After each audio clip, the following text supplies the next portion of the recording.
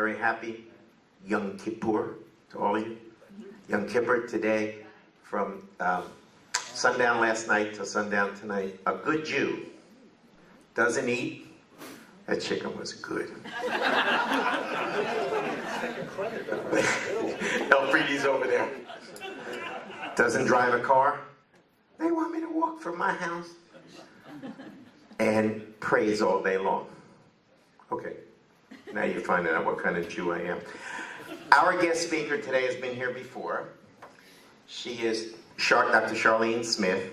Charlene did undergraduate studies at St. Thomas in Houston. Her medical degree was obtained at the University of Texas in San Antonio. She did internal medicine at Baylor. Hey! You got a fan, Charlene. And I think too loud. And she became board certified after doing a residency in ophthalmology at UTMB in Galveston, UTMB. Yay. She came here in 1988 and has been practicing ophthalmology. She is now part of the Mann Eye Institute across from our old hospital.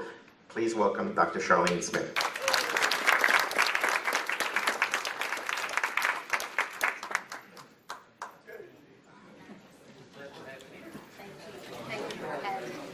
Excuse me.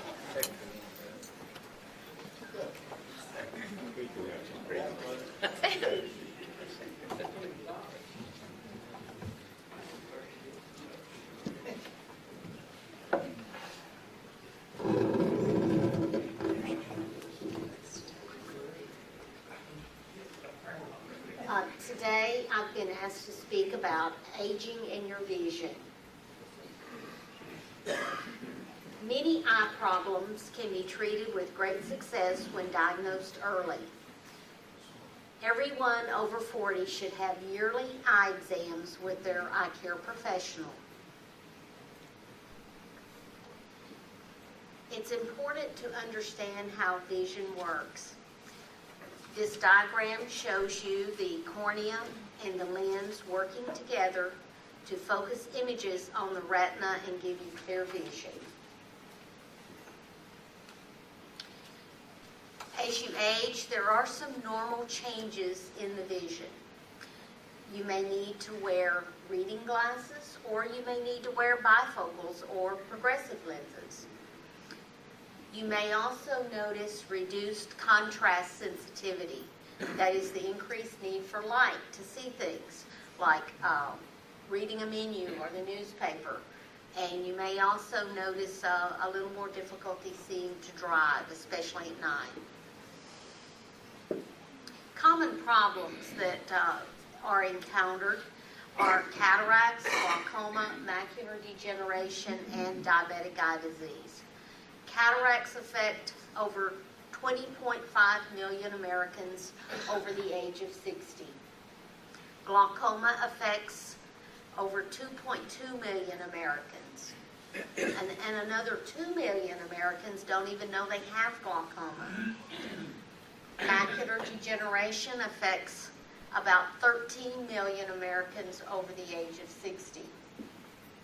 Diabetic eye disease affects about 5.3 million Americans, and that's about half of all Americans diagnosed with diabetes. A cataract is the clouding of the natural lens of the eye, and you can see how that affects your vision. Cataract symptoms include dulling of colors, halos, difficulty reading, blurry vision, and also frequent changes in your glasses is a common problem also. Cataract development is a natural part of the aging process, as almost everyone develops cataracts as they age. Many people in their 60s and older have the beginning of cataract. But the good news is that cataract surgery today is one of the safest surgeries performed. The clouded lens is removed and replaced with an artificial lens.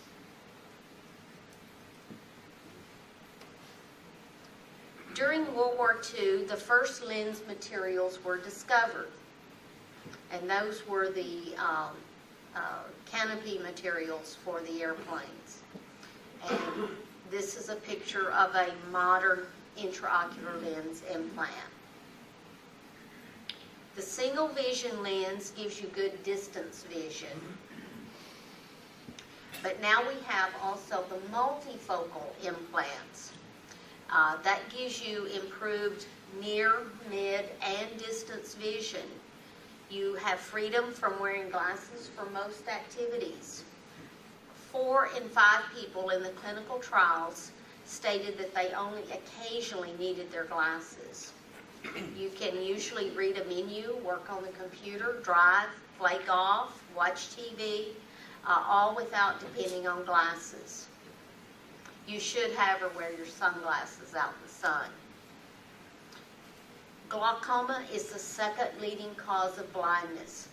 It's a result of pressure building up in the eye, causing damage to the optic nerve. It has no symptoms, and vision loss is permanent. Glaucoma requires ongoing treatment and regular eye examinations to monitor the eye pressure and changes in vision. Risk factors include an increase in eye pressure, a family history of glaucoma, African American or Hispanic heritage, and there are a number of treatment options.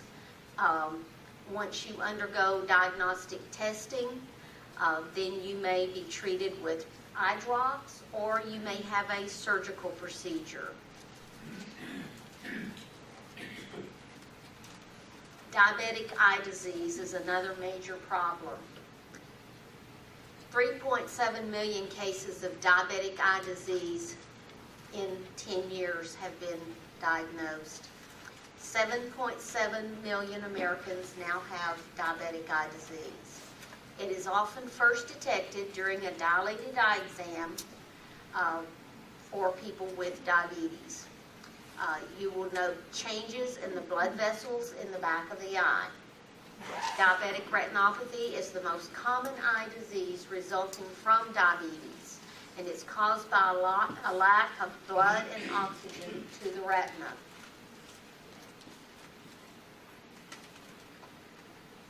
Research has found that diabetic patients who are able to maintain appropriate blood sugar levels have fewer eye problems than those with poor control. Diet and exercise are important roles in the overall health of those with diabetes. You need regular eye exams to maintain good eye health. And also one thing to keep in mind is that you need to monitor your A1C levels, and the ideal level for someone with diabetes is to have an A1C of 6 or below. For every point that your A1C goes above 6, like from 6 to 7, you have a almost 30% increased risk in diabetic retinopathy. There are no early symptoms in early stages of diabetic retinopathy. As the disease progresses, vision loss may occur, and if not treated early, vision loss can be permanent. Treatment starts with maintaining appropriate blood sugar levels, eating a healthy diet, and seeing your eye doctor regularly for examinations. Current treatment now involves laser therapy, and also now we have injections that the retina specialists perform to treat diabetic retinopathy. Common retina problems also include macular degeneration and retinal detachments. Treatments for retinal detachment are usually surgical. Many people with macular degeneration receive vitamin therapy. Common symptoms of retinal detachment are flashes of light, floaters, or a dark curtain over the vision. Decreased night vision and peripheral vision may also be experienced. With macular degeneration, it's very common to notice waviness in the central vision. In macular degeneration, its most common form is the dry form, and that affects 80 to 90% of people with macular degeneration.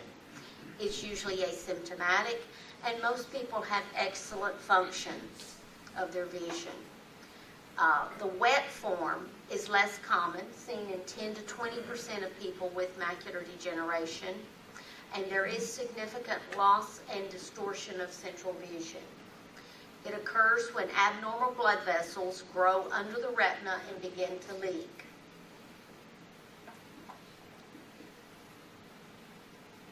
As far as treatment and management of macular degeneration, the first thing that's recommended is to stop smoking, because smoking damages the blood vessels in the retina. It's also recommended that you protect your eyes from UV light and eat a diet high in antioxidants. It's also recommended that you take vitamins with lutein. And as far as the wet macular degeneration, you may require laser therapy or photodynamic therapy, or more commonly at this point in time, the injections with medications like Avastin, Lucentis, or Macogen. It's important to monitor your vision with an Amsler grid to detect that waviness in the central vision. You should have regular eye exams, and the frequency will be determined by the severity of your condition.